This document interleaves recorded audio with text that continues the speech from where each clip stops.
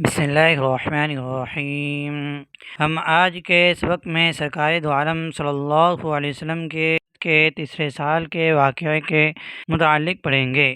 آپ صلی اللہ علیہ وسلم نے جب ہجرت کی اور مدینہ منورہ آ گئے اور مدینہ منورہ میں قیام پذیر ہوئے تو کفار مکہ آپ صلی اللہ علیہ وسلم کو مدینہ میں چین سے بیٹھنے نہیں دیتے تھے، اور ہر سال مسلمانوں کی اور کفار مکہ کی کچھ نہ کچھ مد بھیڑ ہوا کرتی تھی۔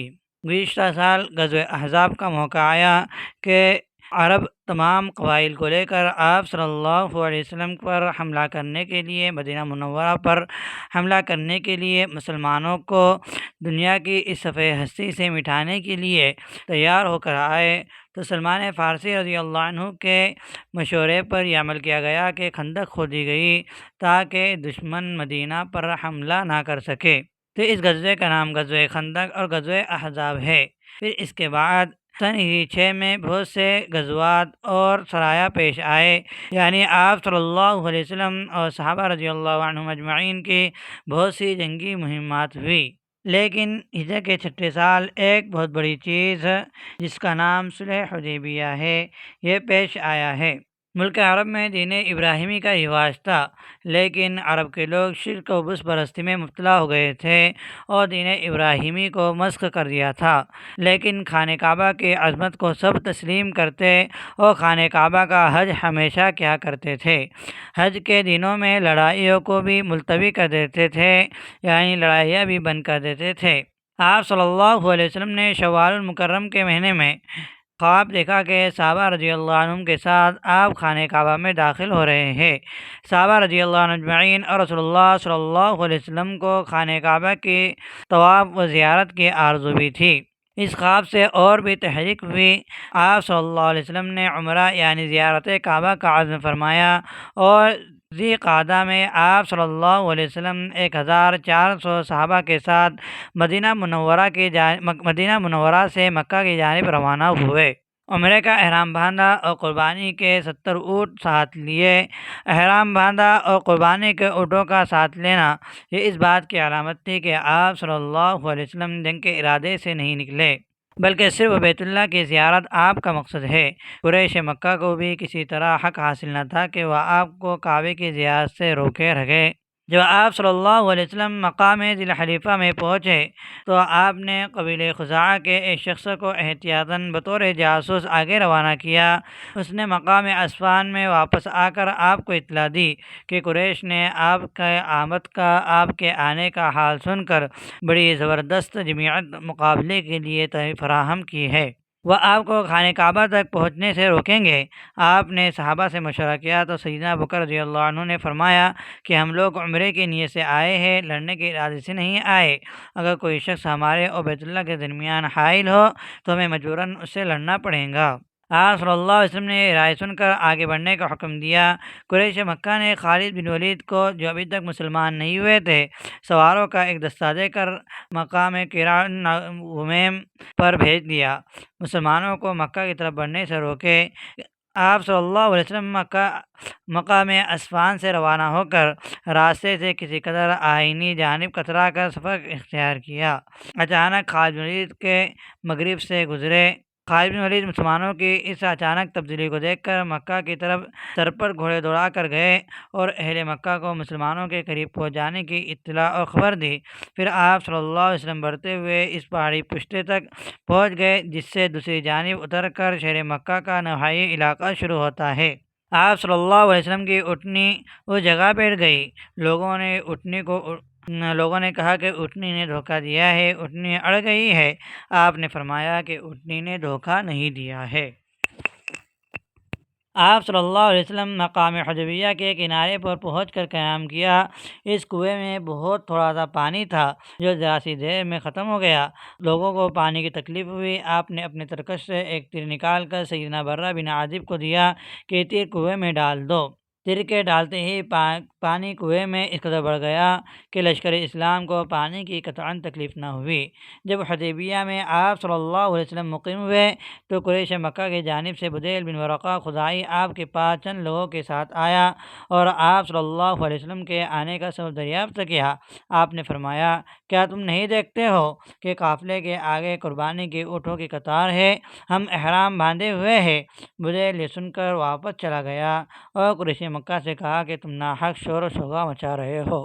محمد صلی اللہ علیہ وسلم صرف بیت اللہ کی زیارت کے لیے آئے ہیں، تم سے لڑنے کے لیے نہیں آئے۔ قریش کے فتنہ پسند لوگوں نے کہا، ہم ان کو بیت اللہ کی زیارت کے لیے بھی نہیں آنے دیں گے، لیکن ان کے سمجھدار لوگ کچھ خاموش ہو کر سوچنے لگے۔ اس کے بعد مکہ والوں نے حلیز بن علقمہ کنانی قبائل احاویش کے سردار کو قاصد بنا کر بھیجا۔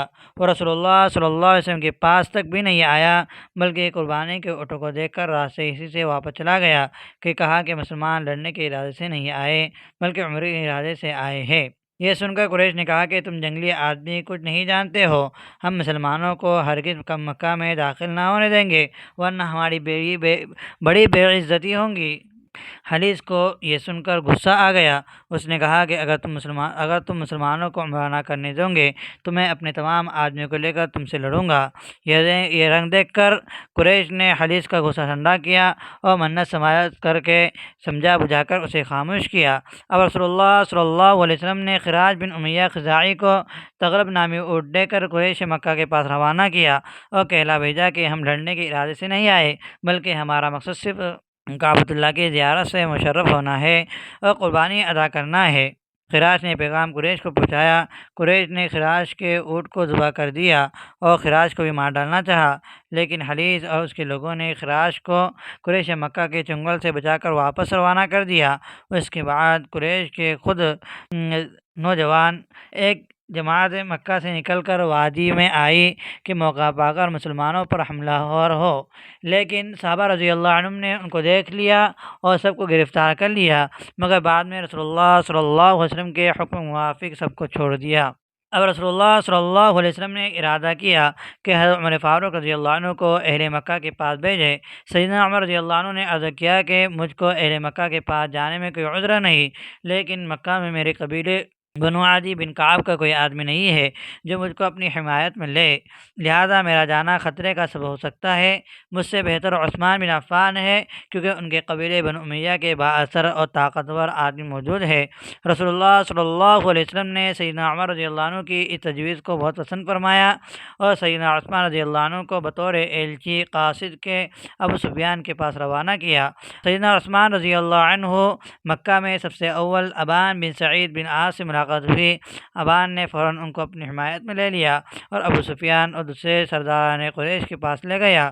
قریش کے سرداروں نے سیدنا عثمان رضی اللہ عنہ کا پیام سن کر کہا کہ خانہ کعبہ کا طواف کر لو۔ سیدنا عثمان نے کہا کہ میں بغیر رسول اللہ صلی اللہ علیہ وسلم کے تنہا طواف نہیں کر سکتا۔ یہ سن کر قریش بھرم ہوئے اور سیدنا عثمان رضی اللہ عنہ کو مکہ میں روک دیا۔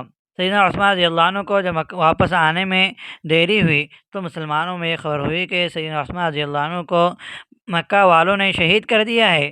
اس خبر کو سنتے ہی رسول اللہ صلی اللہ علیہ وسلم نے فرمایا کہ جب تک سیدنا عثمان رضی اللہ عنہ کے قتل کا بدلہ نہ لیں گے یہاں سے نہیں ٹلیں گے۔ چنانچہ اسی وقت آپ صلی اللہ علیہ وسلم ایک درخت کے نیچے بیٹھ گئے اور تمام صحابہ سے جانثاری کی بیعت لی۔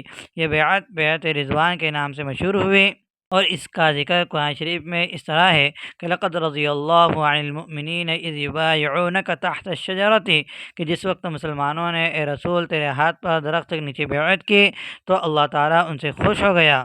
مگر تھوڑی دیر بعد سیدنا عثمان رضی اللہ عنہ مکہ سے تشریف لے آئے اور انہوں نے بھی رسول اللہ صلی اللہ علیہ وسلم سے اس قسم کی بیعت کی۔ کفار مکہ کے مال اندیش اور سمجھدار لوگوں نے لڑائی کو ناپسند کیا تھا، لیکن کثرت ان میں ایسے لوگوں کی تھی جو فساد پر آمادہ تھے۔ اب مسلمانوں کی جنگ پر آمدگی اور تیاری کو دیکھ کر یہ فسادی لوگ بھی کچھ صلح و آشتی کی طرف مائل ہوئے۔ چنانچہ مکہ والوں نے قبیلہ بنو ثقیف کے سردار عروہ بن مسعود کو رسول اللہ صلی اللہ علیہ وسلم کی خدمت میں بھیجا۔ عروہ نے آ کر کہا کہ اے محمد صلی اللہ علیہ وسلم، قریش کے تمام قبائل تمہارے مقابلے کے لیے آمادہ اور تیار ہے۔ تمہارے ساتھ جو لوگ ہیں مقابلے کے لیے وقت یہ تم سب کو تنہا چھوڑ کر بھاگ جائیں گے، قریش کے سامنے ہرگز نہیں ٹھہر سکیں گے۔ سیدنا ابوبکر صدیق رضی اللہ عنہ نے عروہ کا یہ کلام سن کر نہایت سخت و سست جواب دیا۔ عروہ خاموش ہو کر رہ گیا۔ رسول اللہ صلی اللہ علیہ وسلم نے عروہ سے کہا، ہم لڑائی کے ارادے سے نہیں آئے بلکہ عمرے کے ارادے سے آئے ہیں، لیکن اگر مکہ والے لڑائی پر آمادہ ہے تو میں امر نبوت کے لیے اس وقت ان سے لڑوں گا جب تک میری ہڈیاں گوشت سے برہنہ نہ ہو جائے یا اللہ اپنا حکم صادر نہ فرمائے۔ مکہ والے اگر چاہے تو ایک مدت کے لیے مجھ سے التواء جنگ کا معاہدہ کر سکتے ہیں، وہ مجھ کو تبلیغ و ہدایت کا کام کرنے دے، اور چاہے تو خود بھی اسلام قبول کرے اور جنگ و جدل کو ہمیشہ کے لیے ختم کر دے۔ عروہ جب رسول اللہ صلی اللہ علیہ وسلم کی باتیں سن رہا تھا اور آپ سے باتیں کر رہا تھا تو اپنا ہاتھ پھیلا کر رسول اللہ صلی اللہ علیہ وسلم کی داڑھی کے قریب لے جاتا تھا۔ سیدنا مغیرہ بن شعبہ رضی اللہ عنہ کو اس کی حرکت ناگوار گزری۔ انہوں نے اپنا قبضہ شمشیر یعنی تلوار کا دستہ اس کے ہاتھ میں مارا اور مؤدبانہ کلام کرنے کے لیے کہا۔ عروہ جب قریش کے پاس سے واپس گیا تو کہا کہ یا معاشر قریش، اے قریش کی جماعت، میں نے ہرقل اور ہراقل روم اور اکاسر ایران کے دربار دیکھے، یعنی روم اور ایران کے بادشاہوں کے دربار دیکھے ہیں۔ میں نے کسی بادشاہ کو اپنے ساتھیوں میں اس قدر محبوب اور مکرم نہیں پایا جس قدر محمد صلی اللہ علیہ وسلم اپنے اصحاب میں محبوب اور باعزت ہے۔ محمد صلی اللہ علیہ وسلم کے ساتھیوں کی یہ حالت ہے کہ محمد صلی اللہ علیہ وسلم کے وضو کا پانی زمین پر گرنے نہیں دیتے، جب وہ کلام کرتے ہیں تو سب خاموش ہوتے ہیں۔ یہ لوگ کسی طرح محمد کا ساتھ نہیں چھوڑ سکتے۔ محمد نے جو بات تمہارے سامنے پیش کی ہے تم اس کو قبول کر لو، اور مناسب ہے کہ صلح کو غنیمت جانو۔ اس کے بعد آپ نے قریش مکہ کے سردار سہیل بن عمرو کو اپنا مختار کل بنا کر بھیجا اور ان کو سمجھا دیا کہ صلح صرف اس طرح ہو سکتی ہے کہ اس سال محمد صلی اللہ علیہ وسلم اپنے ساتھیوں کے ساتھ واپس چلے جائے اور آئندہ سال آ کر عمرہ کرے۔ رسول اللہ صلی اللہ علیہ وسلم نے جب دور سے سہیل کو آتے دیکھ کر فرمایا کہ اب معاملہ سہل ہو گیا ہے۔ قریش نے جب اس شخص کو بھیجا تو ان کی نیت مصالحت کی تھی، چنانچہ سہل نے شرائط صلح پیش کیے۔ رسول اللہ صلی اللہ علیہ وسلم نے ان شرائط کو قبول فرمایا۔ اس وقت سیدنا علی رضی اللہ عنہ صلح نامہ لکھنے کے لیے طلب کیے گئے۔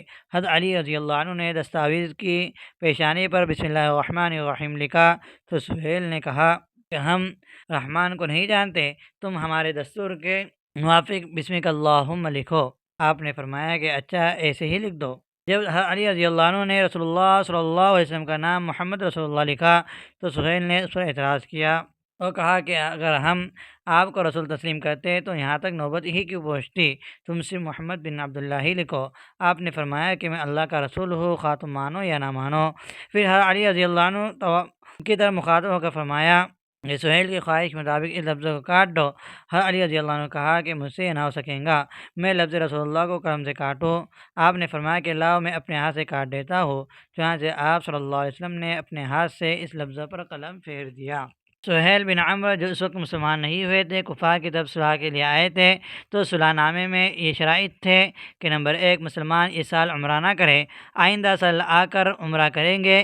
مکہ میں داخل ہوتے وقت سوائے تلوار کے کوئی ہتھیار ان کے پاس نہ ہوں گا، اور تلوار بھی نیام کے اندر ہوں گی، اور 3 دن سے زیادہ مکہ میں قیام نہ کریں گے۔ نمبر 2، صلح کی میعاد اور یعنی مدت 10 سال ہوں گی۔ اس عرصے میں کوئی فریق دوسرے فریق کے جان و مال سے قطعاً متعارض نہیں ہوگا، باہم امن و امان کے ساتھ رہیں گے۔ اور نمبر 3، عرب کی ہر ایک قوم اور ہر ایک قبیلے کو اختیار ہوگا کہ جس فریق کے ساتھ چاہے ہم سے وعدہ کرے، ان سے عہد کرے، اور ان ہم عہد قبائل پر اصلاح کے شرائط اسی طرح نافذ ہوں گے۔ دونوں فریق قبائل کو اپنا عہد اور حلیف بنانے میں آزاد ہوں گے۔ اور نمبر 4، اگر کویت میں کوئی شخص بلا اجازت اپنے ولی کے مسلمانوں کے پاس چلا جائے، یعنی مکہ کا کوئی شخص مسلمان شخص اپنے ولی اور اپنے ذمہ دار کفیل کے اجازت کے بغیر مسلمانوں کے پاس چلا جائے تو قریش مکہ کی طرف واپس کر دیا جائے گا۔ اگر کوئی مسلمان قریش کے پاس آ جائے تو واپس نہیں کیا جائے گا۔ اس معاہدے کی چوتھی شرط صحابہ رضی اللہ عنہم کو سخت ناگوار اور گزرا معلوم ہوئی۔ اتفاق سے ابھی عہد نامہ لکھا ہی جا رہا تھا کہ خود سہیل کا بیٹا ابو جندل جو مسلمان ہو گیا تھا، اس جرم میں پابند سلاسل یعنی قید کر دیا گیا تھا، کسی کا قید سے نکل کر بھاگ کر صلی اللہ علیہ وسلم کی خدمت پہنچے۔ سیدنا ابو جندل رضی اللہ عنہ کو کفار نے اسلام کے جرم کے سبب سخت سخت سزائیں ایزائی دی تھی۔ ان کے جسم پر زخموں کے نشانات اور تازہ زخم موجود تھے۔ انہوں نے وہ زخم کھائے اور فریاد کی کہ مجھ کو ضرور اپنے ساتھ مدینہ لے چلے۔ سہیل نے کہا کہ عہد نامے کی شرط کے موافق ابو جندل ہم کو واپس ملنا چاہیے۔ رسول اللہ صلی اللہ علیہ وسلم نے سہیل کو سمجھایا مگر وہ راضی نہ ہوا۔ بالآخر ابو جندل سہیل کے سپرد کر دیے گئے۔ سہیل وہیں سے ابو جندل کو مارتا ہوا مکہ کی طرف لے گیا۔ اس نظارے کو دیکھ کر سیدنا عمر رضی اللہ عنہ بے تاب ہو گئے۔ فوراً رسول اللہ صلی اللہ علیہ وسلم کی خدمت میں پہنچ کر عرض کیا، یا رسول اللہ، کیا آپ نبی برحق نہیں ہے؟ آپ نے فرمایا کہ لا ریب، اس میں کوئی شک نہیں ہے کہ نبی برحق ہو۔ سیدنا عمر رضی اللہ عنہ کہا کہ ہم مسلمان نہیں ہیں۔ آپ نے فرمایا بے شک تم مسلمان ہو۔ عمر رضی اللہ عنہ کہا کہ وہ لوگ مشرک نہیں ہیں۔ آپ نے فرمایا کہ ضرور مشرک ہے۔ تو عمر نے کہا کہ ہم دین کے معاملے میں اسی ذلت کیوں گوارا کریں؟ آپ نے فرمایا کہ میں اللہ کا رسول ہوں، اس کے حکم مخالفت اور بدعہدی نہیں کرتا، وہ ہرگز مجھے ذلیل نہیں کرے گا۔ اس کے بعد حضرت عمر رضی اللہ عنہ کا غصہ ٹھنڈا ہوا۔ وہ اپنی اس جرأت اور گستاخی پر بہت شرمندہ اور پشیمان ہوئے۔ زندگی بھر توبہ و استغفار کرتے اور غلام آزاد کرتے رہے۔ صلح نامے کی تکمیل کے بعد رسول اللہ صلی اللہ علیہ وسلم اور مسلمانوں نے حدیبیہ کے مقام پر قربانیاں پیش کی اور حرام کھولے اور حجامتیں بنوائی۔ اس صلح نامے یا عہد نامے کے بعد قبیلہ خزاعہ رسول اللہ صلی اللہ علیہ وسلم کا حلیف ہو گیا اور قبیلہ بنو بکر قریش کا حلیف ہو گیا۔ خزاعہ بنو بکر میں مدتوں سے دشمنی چلی آ رہی تھی۔ دونوں چونکہ ایک فریق کے حلیف بن گئے، لہذا جس طرح رسول اللہ صلی اللہ علیہ وسلم اور قریش کے درمیان امن و امان کے ساتھ رہنے کا وعدہ تھا، اس طرح ان دونوں کے درمیان بھی صلح قائم ہو گئی۔ جب آپ صلی اللہ علیہ وسلم حدیبیہ سے مدینہ کو واپس تشریف لا رہے تھے تو راستے میں سورہ فتح کی آیت نازل ہوئی۔ خدا تعالیٰ نے اسی صلح کو، جسے صحابہ رضی اللہ عنہ ایک قسم کی شکست سمجھ رہے تھے، فتح مبین قرار دیا۔ حقیقت بھی یہی ہے کہ یہ صلح اسلام کے لیے فتح مبین ہی ہے۔ صحابہ رضی اللہ عنہم کو یہ شکست اس لیے سمجھ رہے تھے کہ بظاہر بعض شرائط میں اپنے آپ کو دبا ہوا کمزور پاتے تھے، لیکن بہت جلد معلوم ہو گیا کہ وہ کمزور شرائط ہی بے حد مفید اور بہت فائدہ مند شرائط تھی۔ اور اسلام کے لیے سب سے بڑی فتح یہ تھی کہ جنگ و پیکار کا سلسلہ ختم ہو کر امن و امان اور اطمینان حاصل ہو جائے۔ اسلام جس قدر امن و امان کی حالت میں اپنا دائرہ وسیع کر سکتا ہے، لڑائی اور جنگ اور جدل کی حالت میں اس قدر نہیں پھیل سکتا۔ معاہدے کی چوتھی شرط سب سے زیادہ صحابہ رضی اللہ عنہم کو ناگوار گزری۔ اب اس شرط کو نتائج دیکھیے کہ چند دن کے بعد ایک شخص ابو بصیر رضی اللہ عنہ جو مکہ میں اسلام قبول کر چکے تھے، مکہ کے رہنے والے سے وہاں سے مکہ سے تنگ آ کر بھاگے اور مدینہ آ کر پناہ گزین ہوئے۔ قریش نے اپنے 2 آدمی رسول اللہ صلی اللہ علیہ وسلم کی خدمت میں بھیجے کہ معاہدے کے موافق ابو بصیر کو واپس بھیجا جائے۔ آپ نے ابو بصیر کی خواہش پر معاہدے کی پابندی کو ترجیح دی۔ ان دونوں شخصوں کے ساتھ ابو بصیر کو واپس کر دیا۔ ابو بصیر تو مکہ میں واپس جانا اپنے لیے موت سے بدتر سمجھتے تھے۔ ذوالحلیفہ پہنچ کر ابو بصیر کو ایک راہ مفر سوچی۔ انہوں نے اپنے محافظوں میں سے، اپنے نگرانوں میں سے ایک سے کہا کہ تمہاری تلوار بڑی اعلیٰ ہے اور بڑی درجے کی معلوم ہوتی ہے۔ حفاظت کرنے والے نے کہا کہ یہ سن کر کہا کہ اپنے ساتھی کی تلوار کو برہنہ کر ہاتھ میں لے لے اور تعریف کرنے لگا۔ ابو بصیر نے کہا کہ ذرا مجھے تو دکھاؤ۔ اس تلوار نے بلا تکلف ابو بصیر کے ہاتھ میں دے دیا۔ ابو بصیر نے تلوار ہاتھ میں لیتے ہی ایک ہی ہاتھ اس صفائی اور چابک دستی سے اس سے مارا کہ اچانک اس کا سر کٹ کر گر پڑا اور دوسرا فوراً اٹھ کر بھاگا۔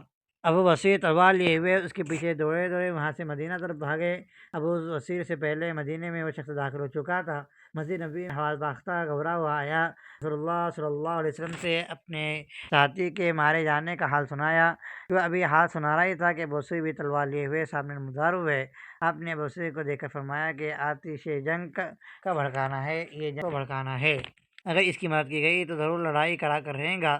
آپ صلی اللہ علیہ وسلم کی زبان مبارک سے الفاظ سن کر ابو بصیر کو یقین ہو گیا کہ اب میرا مدینے میں رہنا دشوار ہے۔ انہوں نے رسول اللہ صلی اللہ علیہ وسلم سے عرض کیا کہ آپ نے تو اپنا ہاتھ پورا کر دیا اور مجھ کو ان مشرکوں کے سپرد فرما دیا، لیکن اللہ تعالیٰ نے مجھ کو پھر سے آزاد کر دیا۔ آپ اپنے عہد کی پابندی میں مجھ کو پھر مشرکوں کے سپرد فرمائیں گے، لہٰذا میں جاتا ہوں، یہ کہہ کر کے وہاں سے چل دیے۔ قریش کا آدمی مکہ میں گیا اور تمام قریش مکہ کو سنایا کہ ابو بصیر مدینہ سے روانہ ہو کر ساحل سمندر کے قریب مقام عیس میں مقیم ہو گئے۔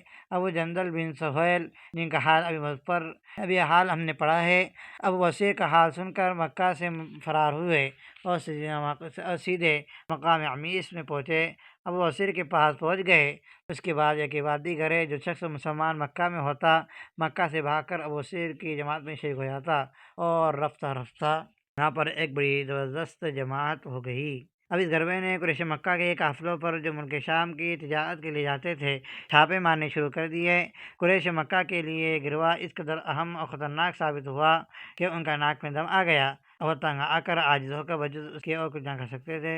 انہوں نے رسول اللہ صلی اللہ علیہ وسلم کی خدمت میں منت سماعت کی اور یہ پیغام بھیجا کہ ہم معاہدے کی چوتھی شرط کو منسوخ کرتے ہیں۔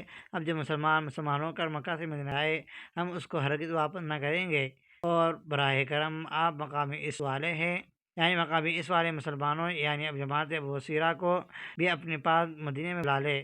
آپ نے قریش مکہ کی اس درخواست کو مان لیا اور ابو بصیر کے پاس پیغام بھیجا کہ تم جماعت کے ساتھ مدینہ چلے آؤ۔ جب آپ صلی اللہ علیہ وسلم کا یہ پیغام مقام عیس میں پہنچا تو ابو بصیر بیمار اور صاحب فراش تھے۔ انہوں نے ابو جندل کو بلا کر ہدایت کی کہ تم اس حق کی تعمیل کرو، اور اس کے بعد ابو بصیر کا انتقال ہو گیا اور ابو جندل اپنے ساتھیوں کے ساتھ مدینہ چلے۔ ابو بصیر کا واقعہ اور معاہدہ حدیبیہ کے سلسلے میں جگہ مسلسل بیان کرے۔